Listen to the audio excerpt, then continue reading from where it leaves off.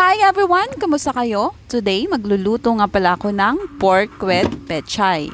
Meron ako ditong pork liempo, approximate 1/4 kilo. Nalinis ko na ito, pinorsyo, nilagay sa Tupperware at nilagay sa freezer. Once na gagamitin ko na, nililipat ko lang siya sa chiller para ma-defrost. At ito na nga, hinihiwa ko lang ito ng katamtamang laki lamang. Pagkatapos ko nga itong hiwain, nilagay ko lang ito sa lagayan. Then nilagyan ko lang ito ng 2 tablespoon of soy sauce and 1 tablespoon of oyster sauce. Imimix lang ito para mag-combine ng mga ingredients and set aside. Ibinalik ko lang ito ulit sa chiller para ma-marinate ng at least 30 minutes. Pagkatapos ay nag-prepare na ako ng mga ibang ingredients katulad nitong sibuyas, kamatis at bawang. Meron ako ditong 2 malaking kamatis at isang katamtamang laki ng sibuyas. Hiniwa ko lang ito ng katamtamang laki and then set aside. Next, meron din tayong pechay. So, hiniwa ko lang ito ng katamtamang laki lang din. Then, set aside muna natin ito at sisimulan na natin ang pagluto ng ating dish ngayon.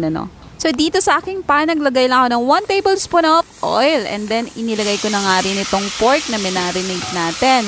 Halu-haluin lang natin hanggang sa mag-darken ang outer part ng pork. Mas masarap kasi kapag natutusta ang outer part ng pork pero parang ayaw niyang matusta dahil sa gamit kong non-stick na pan. Next, nag-add ako ng 1 tablespoon of oil para igisa itong bawang, sibuyas at kamatis. Iginisa ko lang ito, tinakpan at hinayaang madurog, lalong-lalo na itong kamatis. Once durog na nga ito, hahaluin lang natin ito. And pwede na natin itong haluin or i-mix itong mga nandito sa ating pan para mag-combine. At naglagay na rin ako ng paminta at seasoning para magkaroon na ito ng lasa.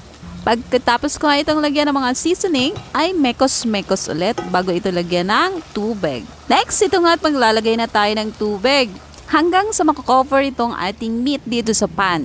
Then, mekos-mekos ulit, takpan itong ating pan and then lutuin ang ating pork over medium heat hanggang sa mag-reduce ang liquid. Of course, kailangan natin itong i-check from time to time baka masunog ang lower part ng ating niluluto. Next, naglagay nga pala ako dito ng Hans pork and beans, yung maliit lang. And then, naglagay din ako ng konting asin. Ayan, so time na nating timplahin itong ating dish. Depende sa ating panlasa. Kaya nag-add ako dito ng konting or half tablespoon of oyster sauce. Once okay ng lasa, isinunod ko na rin itong pechay. Mekos-mekos, tinakpan at niluto ng hanggang kahit kalahating minuto. And then, pwedeng-pwede na itong iserve with your plain rice. Tara, kain tayo!